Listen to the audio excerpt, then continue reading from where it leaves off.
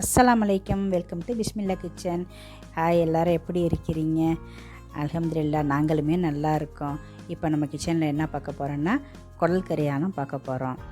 இதுக்கு தேவையானது medium size பல்லாரி வெங்காயம் 2, மீடியம் சைஸ் தக்காளி 2, கொஞ்சம் மல்லிக்கீரை, கொஞ்சம் ரம்ப இலை. இதுக்கெல்லாம் சுத்தமாக கழுவி வாஷ் பண்ணி கட் பண்ணி வச்சுருக்கிறேன். 2 பச்சை மிளகா வச்சுருக்கிறேன்.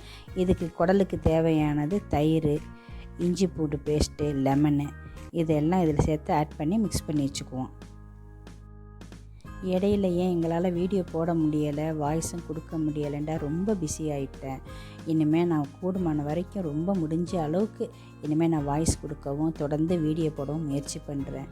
நிறைய எல்லாருக்கும் எங்களுக்கு துவா செய்யுங்க, நிறைய துவா செய்யுங்க. நாங்களுமே துவா செய்கிறோம்.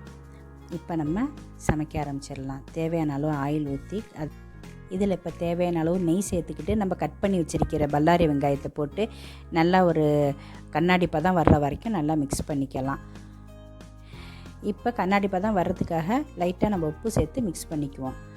உப்பு சேர்த்து மிக்ஸ் பண்ண கையோட நம்ம இஞ்சி பூண்டு பேஸ்ட்டு, தயிர் எல்லாம் ஒன்றா சேர்த்து மிக்ஸ் பண்ணிக்கலாம்.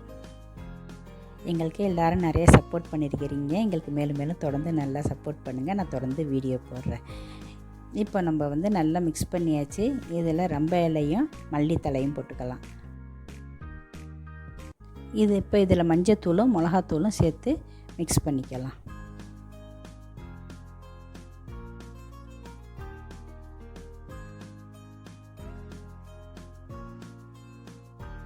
மஞ்சத்தூளும் மிளகாத்தூளும் நல்லா கலர் பிரிஞ்சு வந்துடுச்சு. இப்போ இதில் தக்காளி சேர்த்து அது கூட கொஞ்சோண்டு உப்பு சேர்த்துக்கலாம். தக்காளி நல்லா இப்போ கலர் மாதிரி எண்ணெய் பிரிஞ்சு வந்துடுச்சு. இது கூட நம்ம மிக்ஸ் பண்ணி வச்சுருந்த குடல் கறியை சேர்த்துக்கலாம். குடலை சேர்த்து கல் உப்பு போட்டு நல்லா மிக்ஸ் பண்ணி விட்டுக்கலாம். இப்போ குடல் வேகிறதுக்கு தேவையான அளவு தண்ணி ஊற்றிக்கலாம். இப்போ இதில் மீடியம் சைஸ் உருளைக்கிழங்கு ஒன்று கட் பண்ணி சேர்த்துக்கிறேன். இப்போ ஒரு 5 விசில் விட்டு நல்லா வேக வச்சாச்சு. இப்போ சூப்பரான சுவையான குடலான ரெடி.